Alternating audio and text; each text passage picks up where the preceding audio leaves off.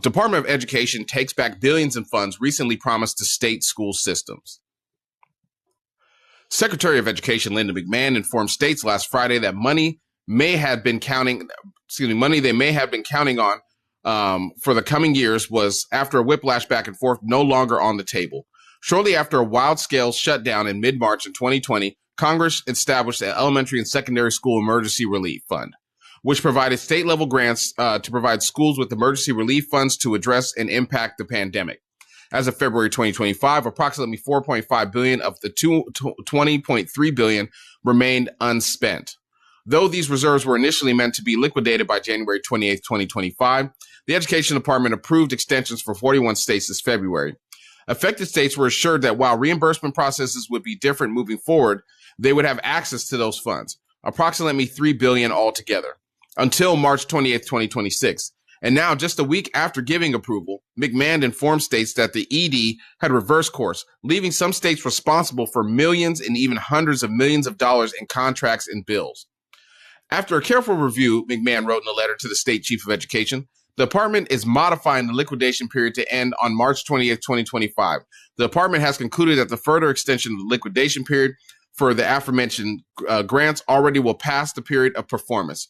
Was not justified. The department's initial approval of the extension request does not change anything. Yeah, at the end, we've been watching this go on over and over again with this education department and how they're really serious about dismantling the Department of Education, which is going to be very, very harmful, mostly to higher learning and also to rural red states. They're gonna decimate your classrooms. They're going to make it so you have huge classroom sizes. You're going to have to close schools, get rid of teachers. I mean, this is what they want. This is exactly, this is their version of what education means.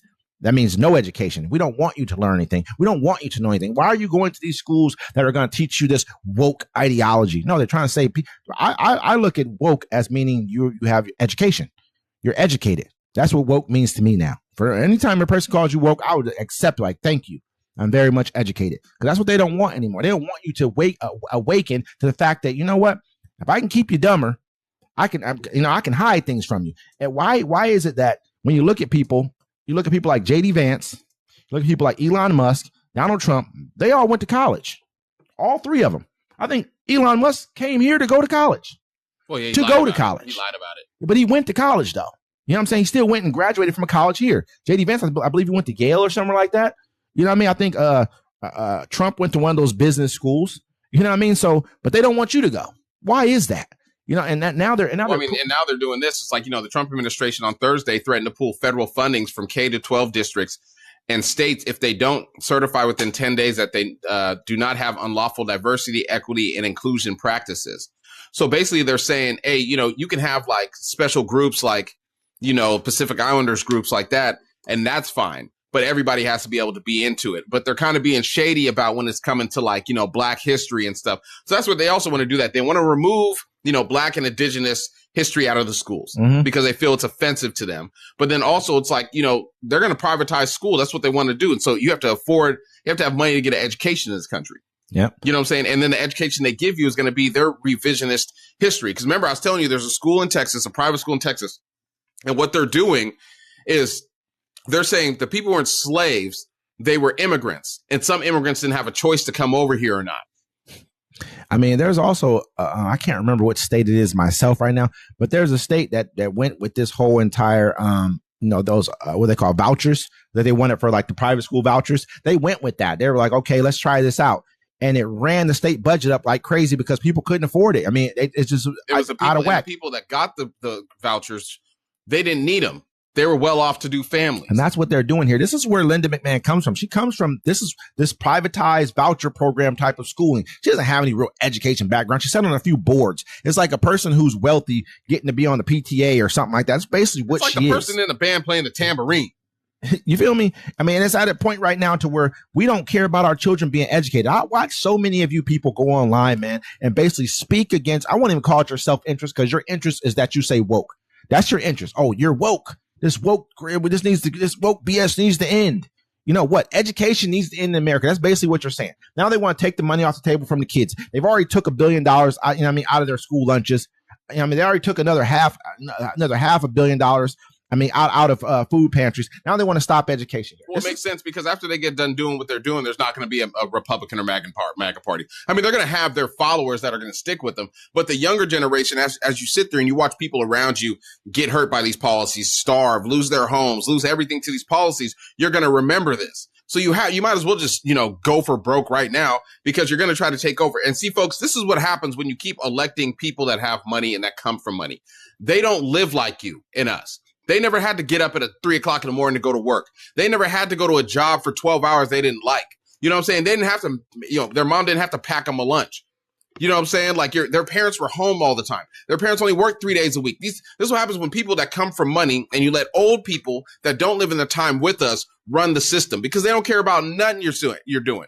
You think, oh, right now it's not affecting you, but it is. But you're just too hard-headed and you want to double down on it. Because if the only way it's not affecting you is if you make over $300,000.